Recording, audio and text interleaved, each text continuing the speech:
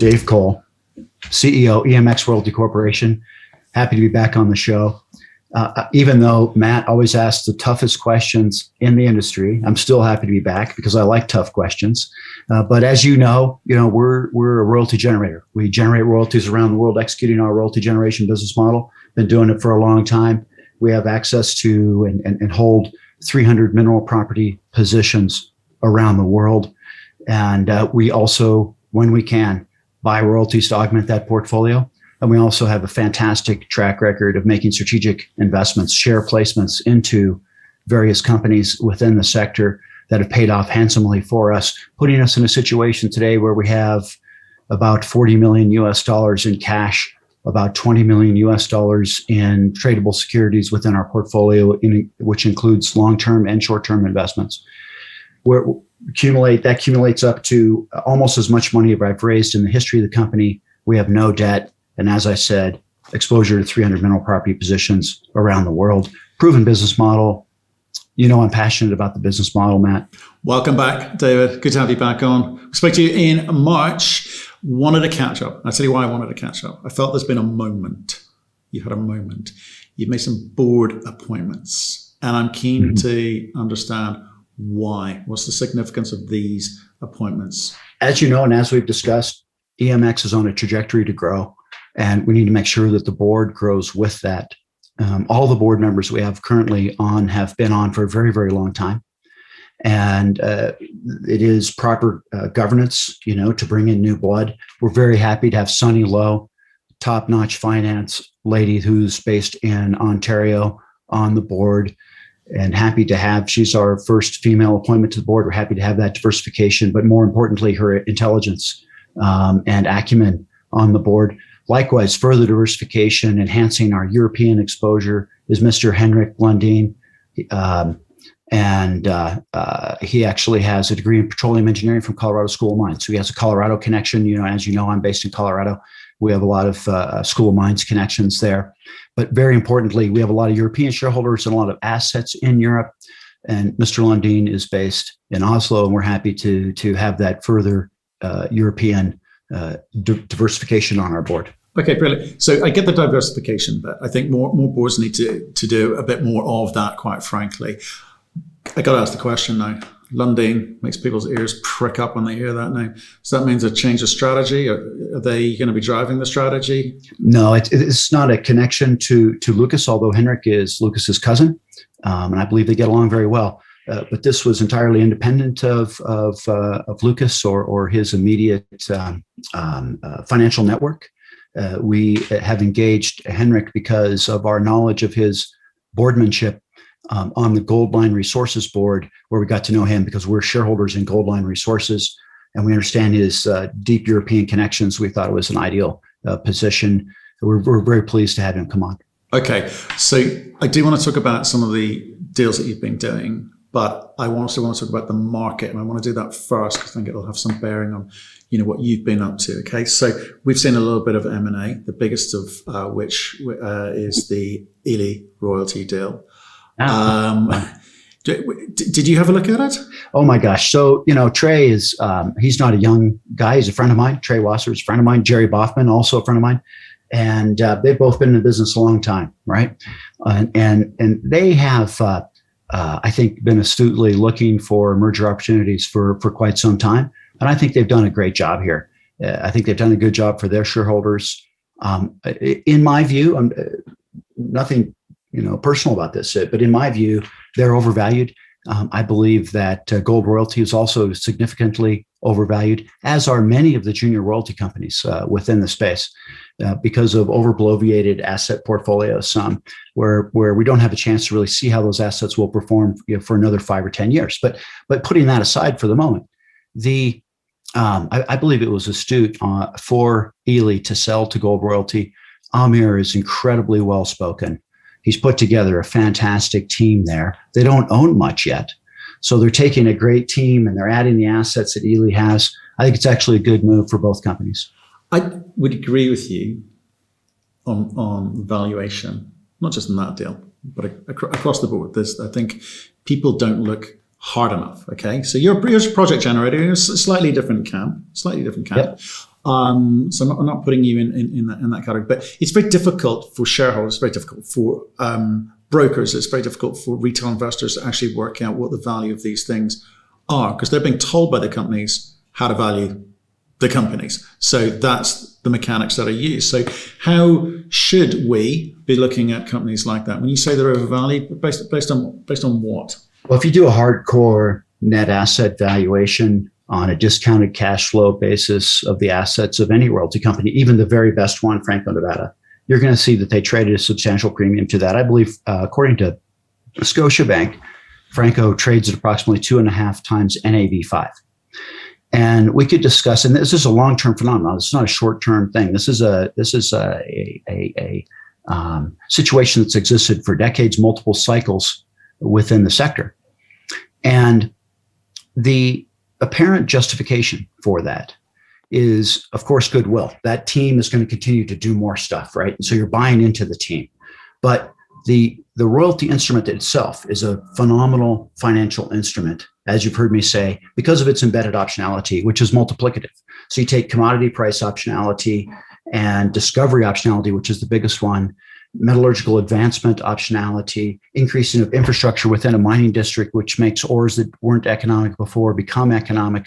And all those things multiply together and end up with situations such as the Gold Strike royalty that Franco bought early in their history for 1.x million that's paid over $1 billion. And of course, they're all not going to behave in that manner, but the few that do really drive the market expectation for the value of royalty companies. And that's why we're in the royalty business. So royalty companies trading at a premium to their NAV certainly is justifiable to some degree. I believe that some of the companies have benefited from that more than they should have. A CEO said to me recently, I put a timestamp on it, said to me recently with regards to royalty companies, okay, you're a project generator, I'm talking about the pure play or otherwise royalty companies. Perception is reality. If we can keep up the pretense long enough, it becomes reality. It buys us the time we need to maybe affect some of the changes, or at least get in and get out with having made a few quid along the way. So do you think that's true? Do you think the market can be fooled? Well, RDF is real. Idiosyncratic risk is very real. And that idiosyncratic aspect can play a huge role in capital market activity. Today's markets are great examples of that. You know, the companies that are the most popular have done amazingly well, regardless as to their financial performance. And, reality distortion field is a phenomenon that has worked incredibly well for some folks because they have been able to backfill over time. And Robert Friedland and Steve Jobs are the ones that are most famous for RDF. And it was actually Robert Friedland that schooled and mentored Steve Jobs about reality distortion. And Mr. Friedland has an excellent point. It's not inaccurate if what you have predicted comes to fruition. This is true. It's all part. You got to pick how you invest and what you're comfortable investing in. Okay. Which brings on to you. You did a sale a few years ago. Got a lot of money in the bank. You've still got a lot of money in the bank. 40 million cash, 20 million of equities. So at least you've sort of changed. You've looked at that cash and decided to invest, which was an unusual one for you. So why did you decide you needed to just sort of tweak the way that your liquidity sat on your balance sheet? So we do the three things that we do: the organic growth, and that business is steady and moving forward. We're the best in the business at it. We work hard at buying royalties. We have bought some. We will buy more, but we're really careful about it. And I'm not going to just buy royalties willy-nilly. You can't go to the Walmart store for royalties and buy cash flowing royalties at good valuations. It's just not going to happen. You've got to work at it. And we're out there slugging away. We lose processes right and left because they're selling at prices we believe just don't make sense. But we'll find some to buy, I promise you. And we have found a few. We will find more. And then the third thing we do incredibly well, but very carefully, is strategic investments. And we've got a couple ongoing strategic investments right now that tend to be sleepers in the portfolio. Market doesn't give a lot of credit for those until they come to fruition, which I completely understand, even though we have a track record of doing it for a long time. I get it. And we'll continue to focus on those strategic investments. Commonly, just so you and everybody else knows, we follow our financial investments for shares in these companies with intellectual property backing it up. So we're helping out on the engineering side, on the geology side, et cetera. So, well, you actually, you do get involved. You actually helped one of those investments, Goldline, with a couple of transactions recently, didn't you? Yeah. That even though that's not a strategic investment, quote unquote, the way we define it, because we didn't put money into Goldline, we're a shareholder in Goldline, part and parcel to the fact that we sold them a portfolio of, I believe, 14 licenses on the Goldline structure in the heart of the gold belt in central Sweden in exchange for share capital and royalties, right down the pathway of our business model. And now that we're shareholders in them, we want to support them. And one thing that we did is we helped facilitate a transaction between Goldline Resources and Agnico Eagle. And this hats off to Dr. Eric Jensen, who facilitated and orchestrated this deal. He did a fantastic job. EMX ends up with the right to buy a royalty on those two properties perpetually for $1 million, 1% for $1 million. That's fantastic arrow to have in the quiver, right? Oh, we like that property. Boom, we'll give you $1 million. We get a royalty. And then also we're enhancing value of the company that we're a shareholder in, because those are meaty assets, and we believe Goldline will do well with them. Yeah. Well, I mean, with the on the equity side of things, I mean, again, because you've been at this a while with your company, with EMX, right? With those holds, 18 years, right? So these are long hold strategies when it comes to the royalty generation side of things, which you number one on your list. With regards to the equities, I mean, do you have the same view there? I mean, what's the end game? You're going to get an NSR or try and negotiate NSRs on those where you can, or some of them are just going to be pure play equity investments, are they? Or so we own a share portfolio from two perspectives, and it's good to clarify that. One is shares that have paid to us part and parcel to our deal flow, and the others are where we've actually made an investment, and we look upon those a little bit differently. Okay, but we manage that whole portfolio holistically, and we're continually harvesting, and we're continually selling off positions that we've been paid. And so it's interesting, in any given quarter we've probably commonly sold $1 million or more worth of stock, but we've probably been paid a couple $1 million from a deal that we've done, et cetera. So we're constantly turning over stock within that and managing that portfolio for our shareholders. But how are you viewing that? Because I kind of get the kind of long-term strategy, because I'm in this because I think there's some real value long-term for this thing, or I think I'm going to play. I mean, do you? Because it's a company's money. Am I going to play the market because the momentum here is good for us in the short term, and we'll harvest at the appropriate time? There's not a long-term hold. I mean, because the strategies are different. The strategies are very different for each of those scenarios. I understand that, but I'm trying to work out: are you doing that just to cover G&A? So at least no one's giving you grief. Well, actually, we're covering our G&A here with all of this regular income, because we haven't really got any meaningful income of our own yet. But but we're trying to buy ourselves whatever. I don't know when is the. Because I do want to talk to you about Timok and Valia and Kawakua, et cetera, because those are the things people are most interested in, because those are significant revenue generators for you potentially. So what's the game between now and those things coming online, those revenues coming online? So there's several answers embedded in your question, which was a lengthy and good question. Let's go back to the term that you use, momentum and momentum investing, et cetera. So just to be clear, we're value players. So when we're making investments, it's not because we believe that there's going to be a market move or we're trying to play the beta.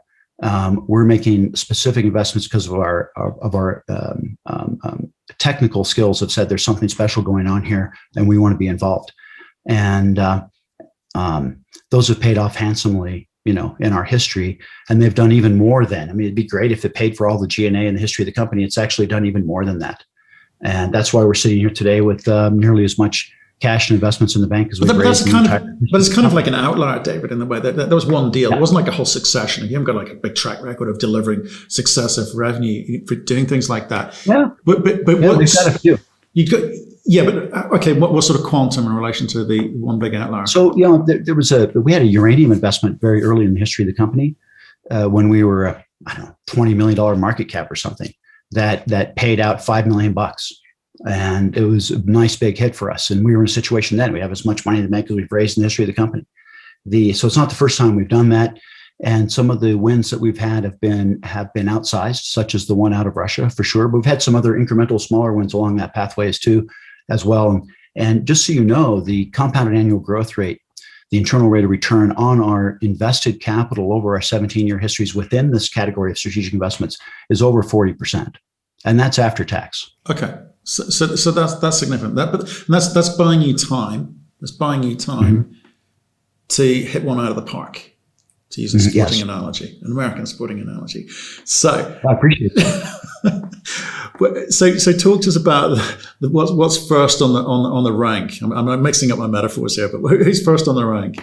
First on the rank with respect to, as in, when is the sort of next big momentous, revenue generating, moment? Is it Timok? Sure. Because it has much changed. You and I both know that Timok's a fantastic asset in our portfolio. Supposed to come into production, late this summer. We're looking forward to that very much. Balya is going to be a great lead zinc silver mine that's advancing to full scale commercial production. My understanding is things are going right on schedule at Balya, have been delayed a couple of months at Timok, but both of those are going to be great royalties for us.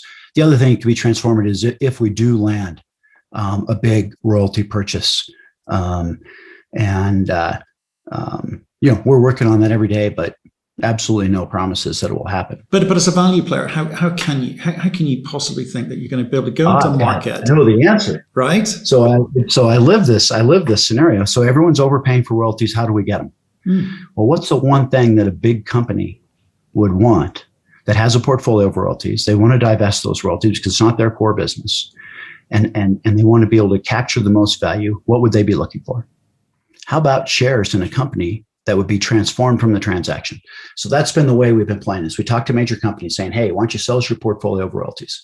And we'll give you part cash, we'll give you part shares, we'll give you all shares, whatever makes the deal work, but it has to be at a fair valuation because you're going to be a shareholder and you wouldn't want to be a shareholder in a company that would overpay, right? Did that work for Cisco? Well, Cisco... in terms of the spin out of their assets, did that work for them? That's a different style of deal than I'm talking about. Okay. So, they spun out their accelerator portfolio so as to segment that portion of the portfolio, which is really a drill and build, what we call a drill and build asset base and business model from their royalty portfolio. I believe the market was confabulating the results of those two, and it was better off to have those separated. So I believe that was a smart move. And I like their new CEO, by the way. I think he's very intelligent. Oh, no, he's a good guy. I'm thinking about the royalties, the royalties spin out, where perhaps they kind of hit the market hot and heavy, and then the shine came off it a bit. Yeah, well, I probably shouldn't comment about Cisco in any great detail.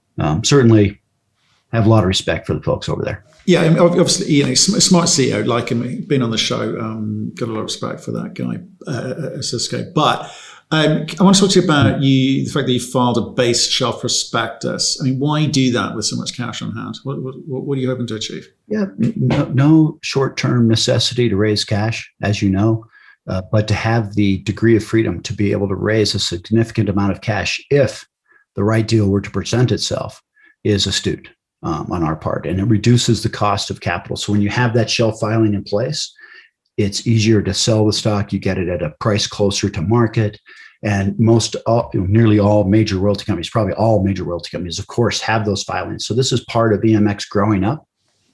Right. And it's in line with us expanding our board, getting our shelf filing. We're preparing to become a mid-tier company. But on what basis? Which we will. But when? Okay, when and on what basis? But most people are going to say, hey, how's the revenue coming along? Well, we already touched upon that. I think the existing portfolio is going to perform fantastically over the course of the next year. You've heard me say before that I believe we can institute a small quarterly dividend in 2022. I'm sticking to that. And we can pour fuel on the fire if we can find the right deal. So what do you think that revenue's got to look like to genuinely be able to say, hey, we're now sort of a mid-tier royalty company of whatever description? Does it need to be 10 million, 20 10 plus? Right, 10 million plus. 10 plus. Okay, Mm-hmm. Okay. And give us that growth profile again, remind us. Your revenue growth profile? So so we have revenue from so many different sources, and some of them are lumpy, and share payments, et cetera. But we're talking about low single digits going up to low double digits over the course of the next 2-3 years. Okay, so let's say on an annualized basis. 2021, you're guiding what? In 2022, you're guiding what? Right around $5 million USD top line, maybe 6, and I'm including the share payments that are coming in. And then that will be augmented. So all those aspects of share payments, advanced minimum royalty payments, 30 of our royalties are actually paying, quote unquote, even though they're not production royalties, because we're getting different payments that are stage gated along the way, commonly annual payments, et cetera, in addition to the production royalties. But it's the production royalties that are really coming on stream at Balya and at Timok that are going to push that number up substantially as we head into 22. Okay, and I just wanted to be clear. I wanted you to explain to people the different types of revenue that come through, because you kind of, I say, you're growing up, you've had to make sure revenue's coming in. The people are looking for sustainable revenue, which is going to come from the royalties. So you've been managing the process between now and the Timok, et cetera, coming online. I think that's important for people to know. Touch upon. Okay, sure. So we've been substantially positive cash flow in a lumpy manner throughout our history. Otherwise, we wouldn't have all the cash in the bank, right? But our board has made the distinct decision, as has been supported by the executives, to not pay a dividend until we have recurring income that is sustainable. So we know that dividend will stay in place. Fantastic. I wanted that distinction. I said, what does growing up actually mean? It means getting yourself, or allowing yourself to get to a point where you can get the sustaining revenue for, which is the behavior, more of the behavior of a royalty company than a royalty generator, which is where you've come Absolutely from. Correct. Okay. Because most of our income over our past has been from lumpy gains from strategic investing, share payments that have come into us. We've done really well with our share payments, millions of dollars a year that we make on share payments that come into us. And then the nickels and dimes. Those are the annual advanced minimum royalty payments, that range from $10,000 to $150,000 a year on a project. So I think there's been a little bit. Not only has there been a little bit of M&A, but I think that the equities within royalties have seen a little bit of sideways movement. We'll call it, okay, except for Sandstorm, which they've seen a little uptick. So what are they getting right that the others aren't? I don't follow Sandstorm closely. Certainly, they're a good company. And here's one thing I will point out, right? Royal Gold approaches the business very differently than Franco, very different than Sandstorm. And despite the fact that these folks approach the business very differently, they've all had great stock price performance over the long haul through multiple business cycles, which comes back to this concept that just owning royalties is a great thing to do. Okay, David, if I'm looking at your share price, you're at 330 million market cap. Okay, you're a reasonable size now. We're talking the language of growing up there. So you're the conversation will change, the narrative will change. Existing shareholders will have to come along with you because they're used to you behaving and playing in a certain way. They've got to say, well, actually, I do like this new look that David's going to be affecting change of, which is great. So you can have that conversation. The question for you is, for new people looking in at this, they're going to say, well, I either think this guy can deliver or I don't think this guy can deliver. I'll stick with more well-established royalty players, precious metal royalty players. That's going to be the easiest, safest bet, hasn't it? I'm not going to bemoan anyone investing in a royalty portfolio. That's a smart thing to do. When looking at EMX, look at our 18-year track record. Our compounded annual growth rate. We first raised money at 15 cents Canadian to start this company. And where we are today, that's a mid-teens, high teens compounded annual growth rate on share price over that time. And there's been multiple market cycles within that where one would have had the opportunity to buy and sell. But this is a buy and hold business model because we're just creating wealth as we continue to acquire more mineral property assets within this portfolio quite inexpensively, very much so as compared to our competitors. So, I just look at track record and having the opportunity to buy this company before we become distinctly positive cash flow from recurring production royalty income, I believe is a very good time to buy. Okay, so if I look at the deal, the price that the Ely deal transacted at, if I look at the best of the rest, they kind of sub billion companies. There's a few in and around that level, maybe less than a handful. And then there's a whole bunch of others from 100 up to 500. Will there be consolidation? Are you going to be part of that? Or do you plow your own, path forward? So we've already been here 17 going on 18 years. We're not here to sell this company at $4 a share. Let's get to 24. And we're not in any hurry to sell the company, but we're here for our shareholders. So if some crazy offer were to come in, of course, we would entertain that. But that's not our primary objective. With respect to the other royalty players, I think it behooves them to merge. I think that's smart for them, but they need to make that decision on their own. Yeah. So Matthew, you're catching me right after a long weekend, right? So we just celebrated Independence Day, which, not to touch a soft spot on behalf of my friends and my family. My family's from England originally. Of course, we revel in the opportunity to celebrate what I believe was the original Brexit. July 4th, 1776. Very good. Very good. I like that. Thank you very much, David. Lovely to catch up with you. What a salutary note to end on. I appreciate it. Stay in touch. Let us know how you get on. If you anything exciting to look forward to in the next few weeks. We always have deal flow.